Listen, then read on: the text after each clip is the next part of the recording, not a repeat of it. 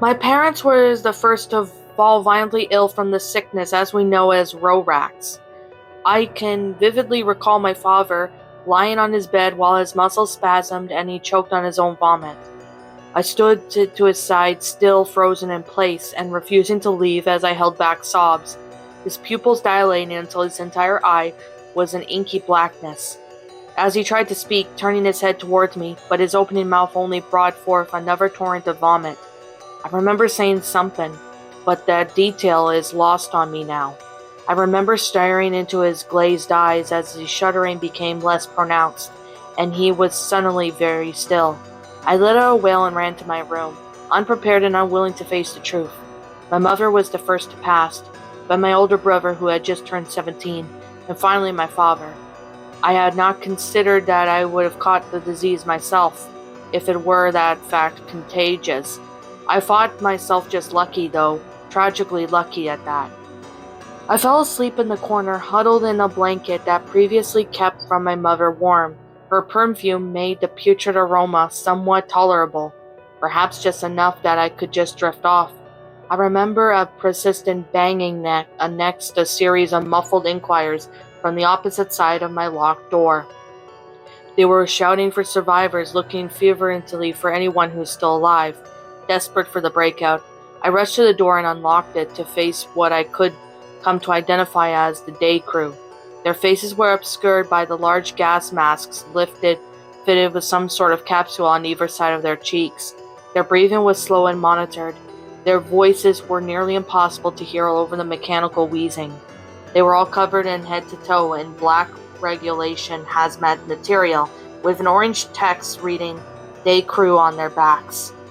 They had ordered me out into the main hall, where I managed to catch a sight of the 14 other children around my age, being told directions and filed to a lineup. Once the entire group had been examined, we began our trek out to the streets, which was a vision of chaos and destruction. We had heard the noises of looting and desperation from our homes, but we hadn't ventured off into the outside world for weeks, for fear of catching the sickness ourselves. There was even more day crew that were burning bodies that had fallen in the streets, trying to purge the earth as they kept their distance from the resulting fumes. We were silently ushered to the back of the large truck that took us to the south, away from the cities and suburbs into the dense growth of the forest. When the van came to a screeching halt, the door swung open to reveal more day crew who ushered us out into the forest clearing.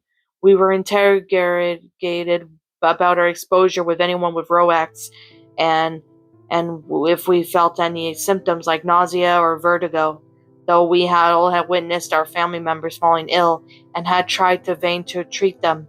We were all perfectly fine in physical sense. The day crew initially told us that they were perplexed about our immunity to the sickness, as anyone who came in contact with it sure to fall ill just hours later. So it was a shock just to see some of us had been living in this nightmare for weeks on end.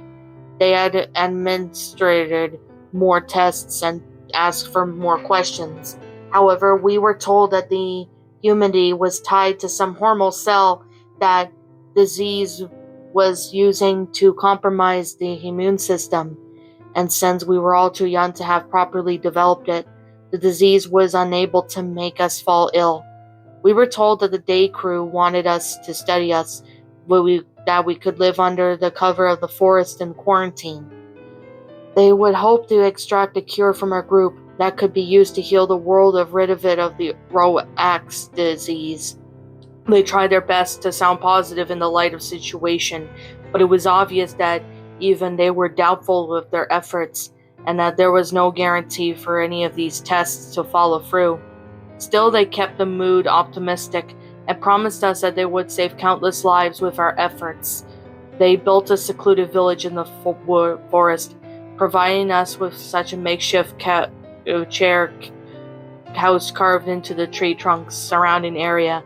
I was led to a simple tree house that had a single bed on the far end and a table in the middle. We were told that first thing tomorrow morning was to go have our blood being taken, so we weren't allowed to eat anything till then. I was fine with that. I hadn't been hungry for days, and the image of my father and mother and brother crowded my thoughts instead. I didn't get much sleep last night. The forest was chirping with crickets, and the muffled bickering of the night crew kept me up into the early hours. We were awoken the next day and filled with a single lineup of drawn blood. While the needles were prepared for us, we were told that we would have received a vaccination that would prevent us from going through puberty to preserve that hormone that might lead to find a cure. It was never elaborated on that time that we would never be able to grow up or have children, but it was unlikely to live beyond the next few hours of infection. Never mind the next few years, so our adulthood was seen as a necessary sacrifice. This continued for weeks. We would continue to receive vaccinations and assured that a cure would soon arise, but times were getting desperate. I took on listening to the muffled conversations of the night crew during the night. It became easier to make out what they were saying over time as I sat beneath my bedroom window next to the crackling fire. I discovered that our ex-camped was the only one of the many in the surrounding area, and that they deduced that XoRax was actually from the sea to the west. They passed around horror stories that people had lived by the shore that were hit the worst. They had gone completely pale, and that they were sprout growths off of their elbows, hips, and their toes. They had been kept constantly hydrated, or else their skin would begin to flake and peel. Their pupils had dilated until their entire eye was colored black. At this bit, I fought my back to my father sitting on the couch and writhing in pain. There was food in the mountains, one assured other. They were gathering it in droves, perhaps to keep it from spoiling. Another spoke up, revealing that they had managed to find an expecting woman who weren't exposed to XoRax, and that they were being kept in the mountains to birth their young away from the sickness. The topic then came back to their present situation that they began to discuss our encampment. That was our results. While promising they weren't being worked on fast enough, there were accusations claimed and fingers pointed, but at last they settled on keeping their mood positive, that something would come along eventually, that we just needed some more time. Discussion drifted back to the horrors of the West Coast, which clearly sparked sick interest in the group, as they talked to the corpses that have been found along the waters and drifted ashore, each with a deep black eyes. I rolled around over in my bed, unable to listen any more of the stories without images of my own family, starting up towards the ceiling, praying that they would manage to find a cure soon, and that I would not have to hear about the people of the West anymore. It had been nearly a month of testing when that something went wrong. A few short hours after our latest vaccination, several kids began complaining of distorted vision. They could only see trailing lights in the air, making their way across plains. While their faces were covered in their masks, I could sense the worry that played out across their faces. We were told that they were just visual hallucinations, and that they would subside in a few hours. When I awoke the next day and glimpsed outside, I too could see the trailing lights drifting into the air. They forbid anyone to discuss the lights any further, though it was clear that everyone could see them. As we lined up to have our blood drawn, one of the day crew became terribly ill and began vomit through his gas mask. In a friend's panic, we were ordered back into our homes as they led the sick member away from the woods. We were told to come out and organize ourselves into a line of decontamination. After covering everyone with the chalk-like substance, they began to scrub away at it with some foul-smelling liquid until they were assured that we were safe to deal with it once more. This act of procedure became part of our daily regimen, and that's how we started calling them the Scrubs, rather than their official titles. We were disillusioned, and this was obvious that they were as well.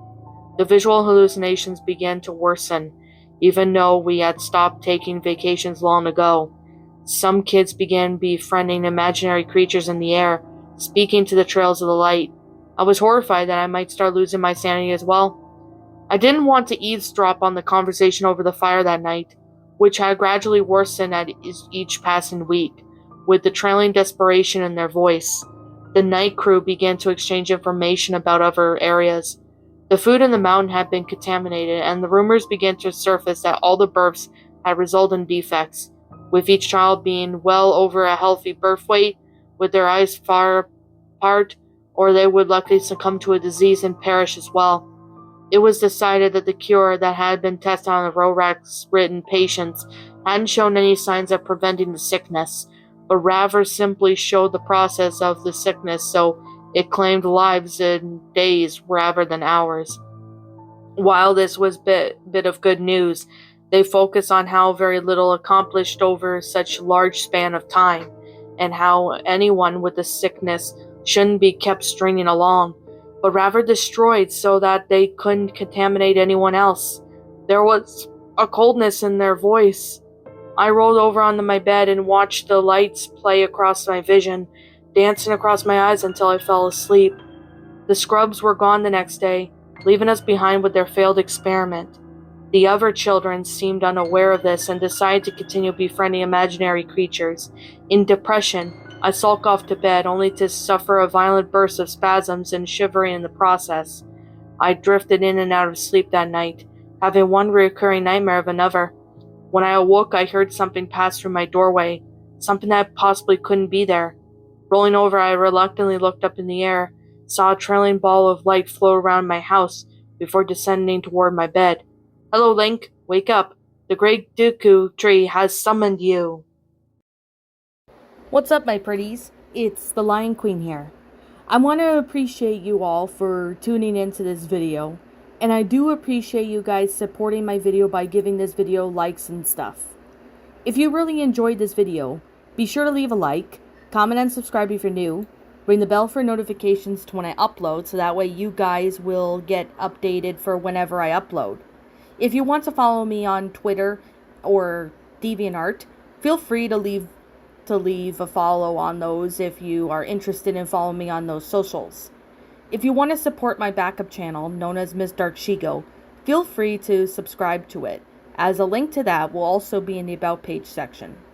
And with that being said, and that being the case, thank you so much for watching, my pretties, and as always, stay pretty.